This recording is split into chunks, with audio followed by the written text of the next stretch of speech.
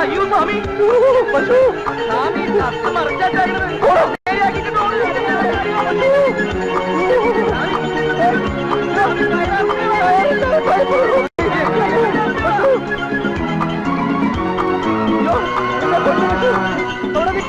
പശു അമ്മ.